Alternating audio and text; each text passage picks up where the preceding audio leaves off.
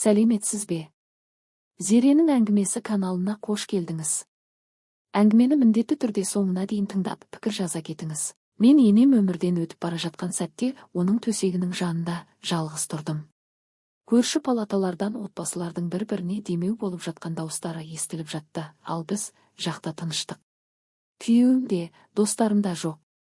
Ешкім қоңырау шалмады, ешкім кешірім сұрамады. Дәрігер өлім уақытын тіркегенде медбике маған оның соңғы хатын ұсынды. Ішінде бірнеше есім, бір кілт және жанды түршіктіретін жалғыз нұсқау бар еді. Мен енемнің төсегінің қасында тұрдым. Оның бас жағындағы монитор жіңішке бір қалыпты дыбыс шығарды. Қатты шарыл да емес, кинодағыдай дабыл да емес, жай ғана ұзақ, бәсең пиық деген дыбыс. Сағат күндізгі 3-тен 42 минут өткен. Сейсенбі күн болатын. Ол енді бұл өмірде жоқ. Ешбір сөзсіз, қоштасусыз, тыныш қана кете барды. Мен оның қолын ұстап тұрдым. Қолдары біртіндеп суып бара жатты. Сол сәтте менің мүлде жалғыз қалғанымды анық сезіндім. Палата тып-тыныш. Ал көрші палаталарда өмір қайнап жатты. Бір жерде күлкі, бір жерде қоштасу, бір жерде қарсы алу. Адамдар бір-бірін құшақтап дәрігерлерге алғыс айтып жатыр. Балалар қолдарына шарлар мен жұмсақ ойыншықтар ұстап жүр. Ал бізде ешкім жоқ. Күйеуім де жоқ, оның әпкесі де жоқ. Бірде бір қоңырау, бірде бір хабарлама, тіпті кептелісте тұрмыз деген жалған сылтау да болмады. Есіктен 30-дар шамасындағы жас медбике көрінді. Ұқыпты, шаршаңқы, көзінде жасанды емес, шынайы жанашырлық бар. Өліммен алғаш рет бетпе-бет келіп тұрған адам емес екені байқалады, бірақ оған әлі де толық үйреніп кетпеген. Марина, бәрі дұрыс па? Деп абайлап сұрады ол, жазбалары бар планшетті кеудесіне қысып. Мен үнсіз бас изедім. Сөйлей алмадым. Тамақ кеуіп жақ қарысып қалған. Олар келуі керек еді деп сыбырладым әрең. Күйеуім мен оның әпкесі. Уәде берген еді. Медбике маған түсіне қарады. Ол бәрін көріп жүрді. 3 тәулік бойы палатада отырғанымды, ешқайда кетпегенімді, қайта-қайта қоңырау шалып, жазып, жалынғанымды. Алғашында сабырмен, кейін барған сайын мазасыздана түскенімді. Әрбір дәліздегі қадамға үмітпен көз тіккенімді. Кей адамдар қоштасуды білмейді, деді ол жай ғана. Бірақ екеумізде мәселе білуде емес екенін түсіндік. Бұл жай ғана келмеуді таңдаған шешім еді. Мен осы күндер бойы отырған қалпымда орындыққа отыра кеттім. Сол сәтте медбике қалтасынан мыжылған кішкентай қағаз шығарды. Мұны сізге беруді өтінді. Мен қағазды алдым. Үстінде менің атым оның таныс, сәл бұрышты, ұқыпты жазуымен жазылған екен. Ауру да оның әріптеріндегі анықтықты бұза алмаған. Қағазды жайлап аштым. Ішінен ескі, сәл тотбасқан кілтпен бір парақ қағаз шықты. Қағазда мекенжай және жалғыз ғана сөйлем бар еді. Олар мені жақсы көрмеді. Енді өздері ұмытылудың не екенін білсін. Арқамнан мұздай су жүгіріп өткендей болды. Бұл жай реніш емес, әлде қайда терең, ауыр сезім еді. Бәрі жақсы ма? Деп сұрады медбике менің өңімнің қашқанын байқап. Иә, жай ғана оның соңғы ойлары дедім де, қағазды тез жасырып қойдым. Барлық рәсімдер аяқталған соң, мен оның заттарын алдым. Түнгі көйлегі, көзілдірігі, жұмсақ мұқабалы кітабы. Бұлар жай ғана зат емес, аса жеке, қымбат дүниелер секілді көрінді. Сыртта күн жарқырап тұрды. Біреулер күл алып шығып жатты, біреулер сәбилері бар көлікте кініп жатыр. Өмір жалғасып жатты, ал менің уақытым тоқтап қалғандай. Мен көлікке отырдым, от алдырып жүріп кетпедім. 20 минуттай, мүмкін 30 минуттай нақты білмеймін, үнсіз отырдым. Көз алдымнан ол кетпеді. Соңғы күндердегі үнсіздігі, көзқарасы, бірдеңе айтқысы келгендей, бірақ батпағандай бағдаршам қызыл. Телефонға қарадым. Күйеуімнен бірде бір хабарлама жоқ. Оның әпкесінен де үн жоқ. Тек жұмыстан келген 3 өткізіп алған қоңырау. Үйге кіргенімде телефон кенет шыр етті. Экранда күйеуімнің аты. Сәлем, деді ол мүлде сабырлы дауыспен. Қашан келесің, айтпақшы, мұнда бәрі дерлік бітті. Нан мен сүт ала кел. Мен ас үйдегі үстелдің жиегінен тас қылып ұстап алдым да, сабырмен ғана, анаң бүгін қайтыс болды дедім. Арғы жақта ұзақ үнсіздік орнады. Қашан? Деді ол ақыры. Сағат 3-терде. Егер қоңырауларыма бір рет болса да жауап бергеніңде, сен мұны білер едің дедім. Ол сәл кідіріп тыңдашы, менде кездесулер болды. Әдейі істеген жоқпын. Өзің білесің ғой, онымен әрдайым қиын болатын деді. Мен айқайламадым, ақталмадым, тек қоңырауды өшіре салдым. Қайтып келген үйім енді үй сияқты көрінбеді. Ол тек жиһазы бар бос қорап секілді еді. Үстел үстінде біреудің ескі газеттері шашылып жатыр, барлығы мәнсіз көрінді. Ал қолымдағы кілт бір маңызды нәрсенің белгісіндей, бір бастаманың нышанындай сезілді. Түн бойы дөңбекшіп ұйықтай алмай шықтым. Ол кеш келді, үндеместен жатып қалды, ал таңертең ерте кетіп, мені мүлде байқамағандай болды. Таңғы 7-де орнымнан тұрдым. Душ қабылдап киіндім де, қағаздағы мекен-жайды көлікке енгізіп жолға шықтым. Ойланбай-ақ жүріп отырдым. 30 шақырым өткен соң жол тарылды, бұтақтар көліктің капотын сабалап, жол қалың тоғайдың ішінен өтті. Соңына таман тот басқан қақпа көрінді, әрең байқалатын тақтайша ілулі. Оның ар жағында бояуы қабыршақтанып түскен, терезелері күңгірт, қабырғаларын жабайы раушан шырмап алған ескі ағаш үй тұр екен. Соның бәріне қарамастан, бұл үйде өмір бар еді. Кілт дәл келді, сырт етіп ашылды. Есік сықырлап ашылғанда іштен шаңның, ескі кітаптардың және лаванда иісі аңқыды. Үй өлі емес еді, ол ұйықтап жатқандай, біреуді күткендей сезілді. Ас үйдің үстелінде тағы бір қағаз жатыр екен. Мен қайтыс болғаннан кейін ғана ашылсын. Адвокатқа тапсырылсын деп жазылыпты. Сол сәтте түсіндім, бұл үй оның құпиясы, оның шын үйі болған, және ол оны неге екенін білмеймін, маған сеніп тапсырған. Мен сол бөгде үйдің ас үйінде ұзақ отырдым. Айналам тыныштық, шаң мен ескі қағаздың иісі. Терезенің сыртында раушанның бұтақтары әйнекті тырналап тұр. Сәлеметсіз бе, менің атым Марина, кеше енем Нұргүл Байкенқызы қайтыс болды. Ол маған сізге арналған қағаз қалдырды дедім. Арғы жақта кідіріс болды, сосын даусы жұмсара түсті. Марина, мен сіздің қоңырауыңызды күткенмін. Қайғыңызға ортақпын. Нұргүл оңай адам емес еді, бірақ өте дана болатын. Ертең таңертең кездесуге бола ма? Деді ол. Әрине дедім. Қағазды міндетті түрде әкеліңіз. Өсиет оқылғанда ол атаған адамдардың бәрі қатысуы керек. Бұл күйеуіңіз бен оның әпкесіне де қатысты деді. Олардың атын есту тосын әрі ашы сезілді, бірақ мен келістім. Кешке үйге қайтып келдім. Ол диванда жатып спорттық бағдарламаларға телміріп отыр екен. Қайда болдың? Деді экраннан көз алмай. Мен есік алдында тұрдым, қалтамда басқа үйдің кілті. Анаңның жерлеу мәселелерімен айналыстым. Жалғыз өзім.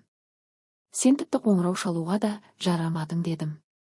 Ол дыбысты өшіріп, бастама Марина, өзің білесің, менің онымен қарым-қатынасым қиын болды. Ертең адвокатпен кездесу бар. Өсиет, таңертең баруымыз керек. Сен де, Сабира да дедім. Ол мысқылдай күлді. Өсиет пе? Күлкіл екен. Оның дұрыс дүние мүлкіде болған жоқ, тек қарыз деді. Адвокат бәрі анық жазылғанын айтты, келсең көресі дедім. Ол қолын бір сілтеп, Сабираға хабарласатынын айтты. Келесі күні біз бірге бардық, бірақ толық үнсіздікте. Сабира ғимараттың алдында тұр екен, бойы ұзын, саусағында темекі, жүзі ашулы. Мен қарапайым жемпірмен пальто киіп, шашымды жинап алғамын. Өзімді олардың жанында бөтен сезіндім. Олар қан жағынан отбасы, бірақ мәні жағынан емес еді. Кеңсеге кірдік. Іші жинақы, ұқыпты ағаш жиһаз, құжаттардың үйіндісі, терезе алдында үлкен гүл. Үстел басында Алина отырды, қатал көрінгенімен, көзқарасы анық, мейірімді әйел. Ол бірден тәртіп орнатты. Бөлмеде тағы екі егде әйел отыр екен. Мен оларды таныдым, бұлар Нұргүл енемнің құрбылары, Құндыз апай мен Алуа апай.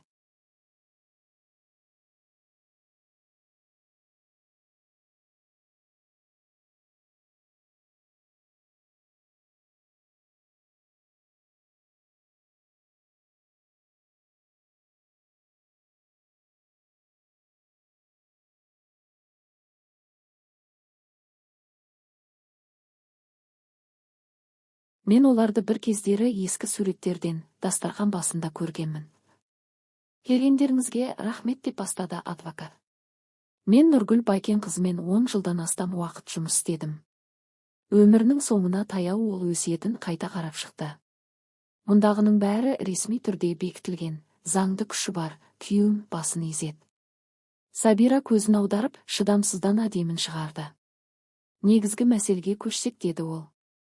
Адвокат көзілдірігін киіп, папканы ашты. Сонымен ұлы Асқар Қанатұлына ол кешірім қалдырады. Дәйек сөз келтіремін, сен бір тиынға да лайық емессің, бірақ мен сені өзім үшін емес, өзім үшін кешіремін. Кабинетте ауыр тыныштық орнады. Асқар сәл алға еңкейіп, бұл қалжың ба? Деп сұрады. Барлығы ресми түрде тіркелген, деп сабырмен жауап берді адвокат. Қызы Сабира Қанатқызына ол өзінің неке жүзігін қалдырады. Дәйек сөз, сен оны бір кездері қалаған едің. Уәденің орындалуы керектігін еске салсын. Сабираның өңі қашып, ерні жіңішкеріп қалды. Ал құрбыларын құндызбен алуаға, деп жалғастырды адвокат, соңғы айларда көрсеткен қамқорлықтар үшін алғыс ретінде әрқайсысына $300,000 беріледі. Ал Марина, деді адвокат маған көзін көтеріп, қалғанның бәрі табысталады. Ауылдағы үй, банктік шоттар, сақтандыру төлемдері және жеке заттары. Кабинетте ауа бітіп қалғандай болды. Бұл сандырақ, деп Сабира айқайлады. Ол оны әрең танитын. Сен, Марина, оған кімсің өзі? Мен оның келінімін, дедім сабырмен. Және қасында қалған жалғыз адамын. Асқар орнынан атып тұрды. Біз мұны даулауға береміз. Анам есінен адасқан еді. Алина тағы бір құжатты алға сырғытты. Нұргүл өсиетін өзгертерден бір апта бұрын психиатриялық сараптамадан өтті. Ақыл есі толық сау деп танылған. Сонымен қатар ол өз таңдауын түсіндіретін бейнемдеу қалдырды. Қажет болса, сотта ұсынылады. Асқар орнына отырды. Бір ауыз сөз айтпады. Сұрақтарыңыз бар ма? Деп сұрады адвокат. Ешкім жауап қатпады. Онда қалғандарыңыз кете берсеңіздер болады. Ал сіз, Марина, қалыңыз. Тағы бір нәрсе бар. Асқар мен Сабира есікті тарс жауып шығып кеткен соң, Алина жәшіктен тағы бір қағаз алды. Ол ескілеу, үстінде қолмен жазылған Маринаға деп тұр. Мұны жеке тапсыруды өтінді. Хатты ашқанда қолым дірілдеді. Ішінде бір ғана қатар бар еді, бірақ оқығаным саусақ ұшына дейін томастып жіберді. Ешкімді кешірме. Олар өздері кешірім сұрасын, төмендесін. Ал сен үндеме. Жыми да кетіп қал. Мен қағазды бүктеп сөмкеме салдым. Алина маған мұқият, бірақ жанашырлықпен қарады. Ол сізді жай ғана мұрагер ретінде таңдаған жоқ, деді ол. Ол сізді өз соңғы күші, өз дауысы ретінде таңдады. Сыртқа шыққанда Асқарды көрдім. Ол көліктің жанында жұдырығын түйіп тұр екен. Сабира көрінбеді сірә, бұрын кеткен. Ол маған бір қарады да теріс айналды. Мен ештеңе айтпадым. Көлігіме отырып үйге емес, енді өсиет бойынша өзіме тиесілі болған ауылдағы үйге қарай бет алдым. Үй мені тыныштықпен қарсы алды. Бұрынғыдай жаншып тұрған емес, саналы, байсалды тыныштық. Үй иесінің қайтып келгенін білгендей. Бірақ бұл Нұргүл емес еді, ол таңдаған адам едім. Мен киімімді ауыстырып, шам жақтым, шай қайнаттым да, шатырға көтеріліп, оның өмірінің іздерін іздей бастадым. Шам басқан жерден бір жәшік таптым. Ішінде лентамен байланған ескі хаттар мен күндері жазылған дәптерлер жатыр. Бұл оның күнделіктері екен. Нұргүл оларды жылдар бойы жүргізген. Қол жазбасы ұқыпты, жолдары түзу. Соңғы дәптерді аштым. Онда былай деп жазылыпты: күйеуімнің кеткеніне бүгін 7 жыл болды. Асқар тек ақша керек кезде ғана хабарласады. Сабира келмейді. Менің киімімнен ұялады. Ал Марина келінім қасымда. Аяғандықтан емес, адам ретінде. Мен оқып отырдым, ал көз алдымда мүлдем басқа әйел ашылып тұрды. Суық, қатал енем емес, күшті, зерек, бірақ жалғыздықтан қажыған ана тұр еді. Мереке өтті. Ешкім келмеді. Әдетім бойынша 4 табақты қойдым, бірақ жүрегім білетін мен жалғыз боламын.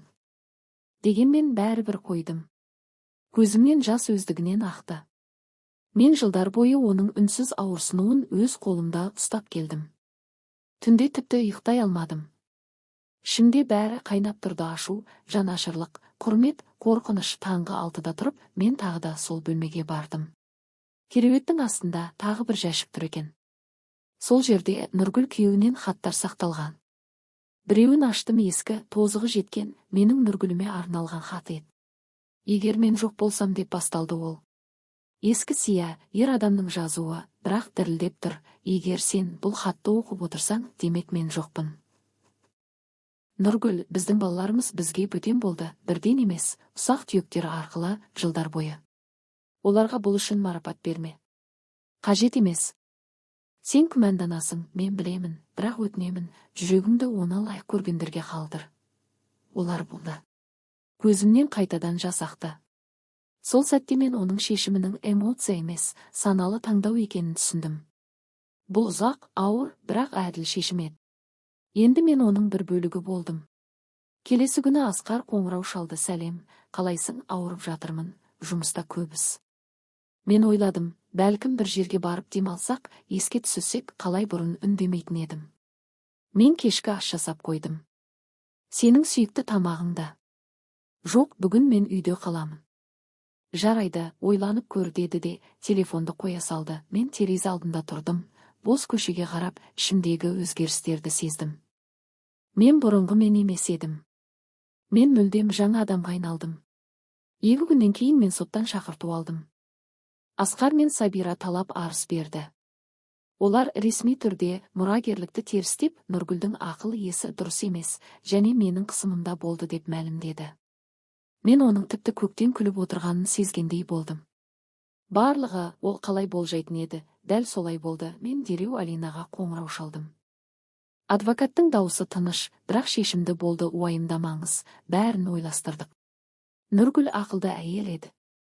Бізде психиатрдың қорытындысы бар, ол мұрагерлікті өзгертуден 1 апта бұрын жасалған, сонымен қатар жазбалар да бар. Қандай жазбалар? Аудио жазбалар. Ол өз ойларын, пікірлерін, олардың арасындағы диалогтарын өзі жазып алған.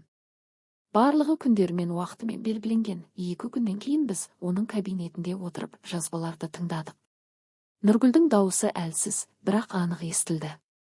Сабира жарты жыл ішінде алғаш рет келді. Отырды, жұмысы туралы жылап айтып телефонымен ойнады. Мен нәтижелерін айтқанымда, ой, менде кездесу бар деді де кетті. Тіпті шай ішпей кетті. Алина паузаны басты. Осындай жазбалар ондаған болды. Оларға келісім де бар. Мен ұзақ уақыттан кейін алғаш рет жүрегім қорқыныштан босап, тынышталғанын сездім. Мен жалғыз емеспін. Менімен шындық бірге. Және менімен бірге бәрі сенген, тек мен ғана қалдырған әйелдің дауысы. Сот залы шағын, тығыз болды. Алексей қатаң бетпен отырды. Жанында жас, шашы жұқара бастаған адвокат үнемі құжаттарды парақтап отырды. Сабира артта қара кофта мен қара көзілдірікке жасырын отырды. Мен Алина адвокатпен кіргенде, Асқар маған өшпенділікпен қарады.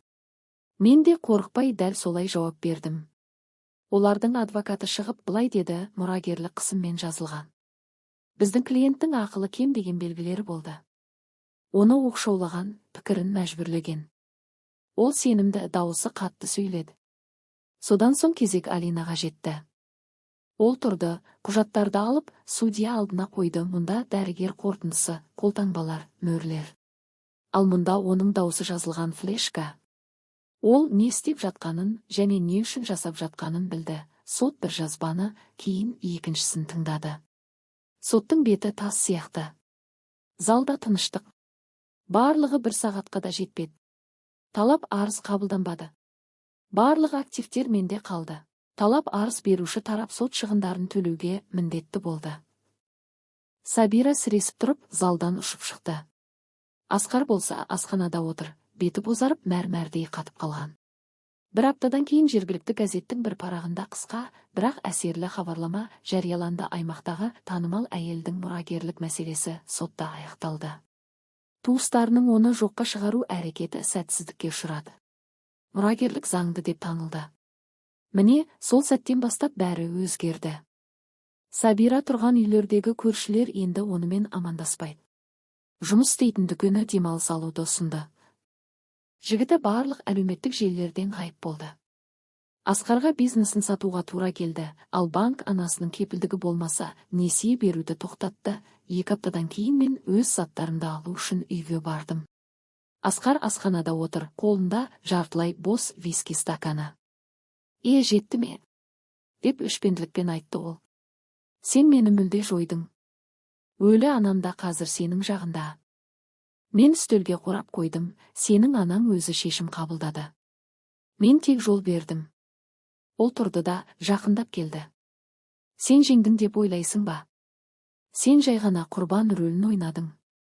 Ол әлсіз екенін білдің, саған тәуелді екенін түсіндің. Мен ештеңе ойнаған жоқпын, дедім мен. Ал сен өзің таңдадың кім болатыныңды. Ол үшін де, мен оны айналып өтіп, жоғарғы қабатқа көтеріліп, құжаттар мен заттарды алдым, шығарда кілтті сөреге қалдырдым. Енді менің үйім Нұргүлдің үйі. Ал саған сәттілік. Адвокаттармен кейін хабарласамыз. Оның беті бұзылды.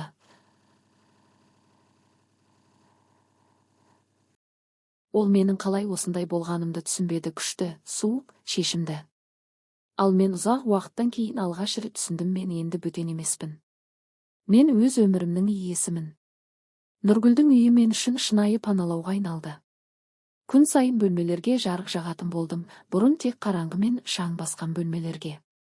Өрмелі шыбықтарды сыпырып, ас үйдің ескі плиткасын тазалап, терезе астындағы гүлзарларды ретке келтіріп, әр күн сайын оның даусын естіп отырғандай болдым. Кінә емес, мақұлдау. Сөйтіп ол айтатындай барлығын дұрыс істеп жүрсің. Ары қарай жеңілірек болады. Бір күні жатын бөлмені жинап жүріп, кереуеттің астынан ескі ағаш қорап тауып алдым. Онда оннан астам хат, сарыған конверттермен байланған, ленталармен оралған, Нұргүл мен күйеуінің хат алмасуы. Оларды оқи отырып, мен басқа өмірге көз жүгірттім. Біздің балаларымыз бізге бөтен болды, Нұргүл, деп ойладым. Жоқ, бір ғана оқиғадан емес, мыңдаған кішігірім сатқындықтан. Бірақ бәрін оларға берме. Салқындыққа қан төлеме. Маңызды нәрселерді білуге тиіс болсын.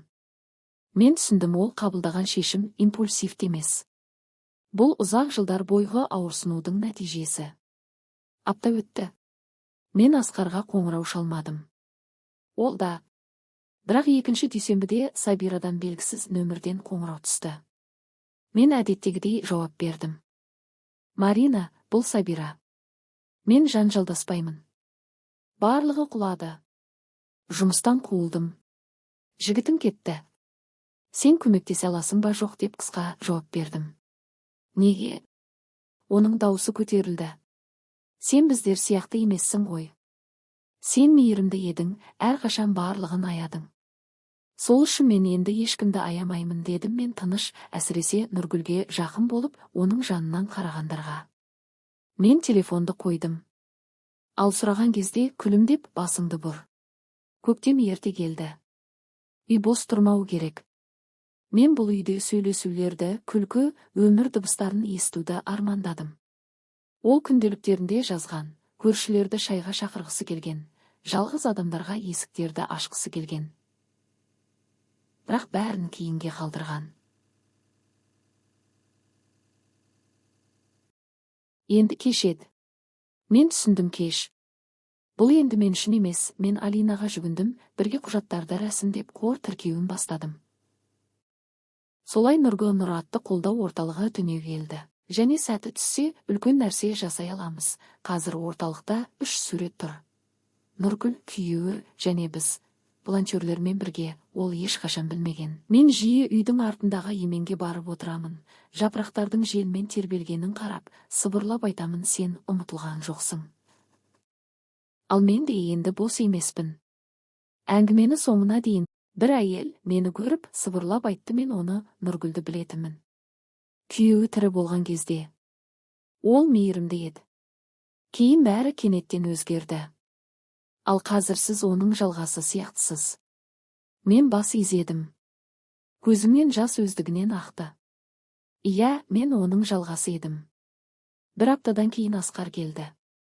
Мен қоңырауды естіп шықтым. Ол кіреберісте тұр, сыдырылған пиджак киген, көздері бос. Біз сөйлесуіміз керек деді ол дірілдеп. Мен қақпадан шығып, оны сыртта қалдырдым. Мұнда ол ешқашан кіре алмайды. Маған қиын деді ол. Банк несие қайтарып жатыр. Бизнес құлауға шақ тұр. Маған тек бір айға $5000 керек. Кейін қайтарам. Мен оған алғаш көргендей қарадым. Есіңде ме, сен айтқан едің, анам ешқашан қарапайым болмаған, ең жақсысына лайық емес. Бірақ ол сені бәрібір сүйді, бәрінен кейін де. Мен білемін деп сыбырлады ол, бірақ қазір мен мұндамын, және мен оны қаңғытып кеткендерді құтқармаймын. Мен бұрылып кері қайттым. Артқа қарамадым, тек артқы едендегі ескі тақта сықырлады. Нұргүл мақұлдады. Жарты жыл өтті. Үміт үйі өз өмірін бастады. Әр сәрсенбі жалғыз адамдарға кешкі ас, жұма күндері үстел ойындары, жексенбі күні тыныштық күні. Келгісі келгендер шай ішуге, біреудің қасында отырып, үйде күтпеген біреумен бірге уақыт өткізді. Мен өзімді бос сезінбедім. Керісінше, дәл осы ескі қабырғалар арасында мен шынайы өмір сүре бастадым. Газетте мақала шықты. Бір үй, жүздеген тағдыр, жесір әйел, ұмытылғандарға үмітсіз. Бір күні мен мейірімді жүздерге, сыпайы қол алысуларға және кінәсіз тыныштыққа үйреніп қалған кезде, ол қайта қоңырау шалды. Асқар, мен жаныңдамын. Сөйлесе аламыз ба? Мен бірнеше секунд ойландым да жауап бердім. Үйдің артындағы еменнің жанына кел. Мен отырдым, ол үнсіз жанымда отырды. Ол өзгеше көрінді, арықтап, беті шаршаған. Білесің бе, деді ол, мен бәрін қайтаруға тырыстым. Өзгергенімді дәлелдегім келді. Тіпті әулие, психологқа бардым, кімге сенетін болсаң. Бірақ бәрі саған қайта оралады, сен берілмедің.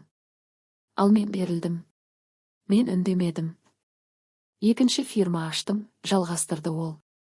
Серіктеспен барлығы теріс кетті. Бізді сатып алуларда алдады. Барлығы құлады. Енді тек такси жүргізу ғана қалды.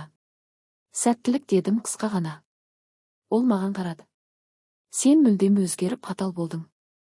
Жоқ, Асқар, мен тек қолайлы болуды тоқтаттым. Ол демалды да тұрды. Бір ғана нәрсе айтшы. Сен мені кешірдің бе? Мен оған қарадым. Тыныш, ашуланбай. Ал сен бір ретте кешірім сұрадың ба? Ол үн қатпады, бұрылып кетті. Мен білдім, ол енді мұнда келмейді. Маған ақпарат танысымнан жетті. Ол тәулік бойы ашық кафеде жұмыс істейді, үнсіз, ешкіммен амандаспайды, бұрышта отырып телефонына қараған. Мен қуанып та, жанашырланып та отырған жоқпын, жай ғана босаттым. Күзде Нұргүлдің қайтыс болғанына 1 жыл толды. Біз еске алу кешін өткіздік, қабырғаға оның суретін. Ілдік күйеуінің қолын ұстап күлімдеген сәті. Барлық қонақтар шам жағып отырды. Мен қысқа ғана сөз сөйледім. Осы үйге келгенде ол тыныштыққа толы еді. Қазір мұнда өмір бар. Ол осылай армандады. Ол жақсылыққа сенді. Ал ең бастысы бізге күш қалдырды. Күш бізді таңдағандарды таңдау, ал ұзақ кетіп, бірақ әлі де ойымызда отырғандарды жіберу.